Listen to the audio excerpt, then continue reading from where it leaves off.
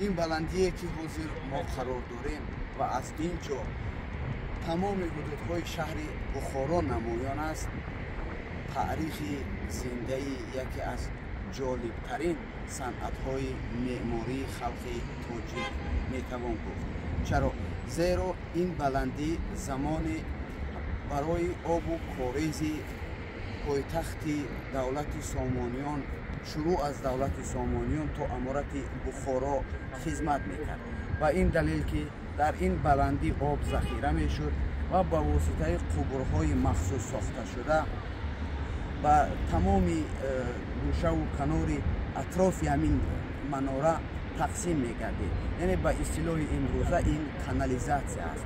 البته نمیتوان گفت که این اولین کانالیزاسیا است که ما تاجیکان داشتیم و حالا شاهد آن هستیم، ولی میتوان گفت که نمونه زنده صنعت معماری و صنعت شهرداری محض همین کانالیزاسیا است که با عقل و ادراک گذشتگان ما ساخته شده است و هر کسی از هر گوشه جهان میتواند بیاید اینجا رو ببیند و دعوای ما را برحق شمارد.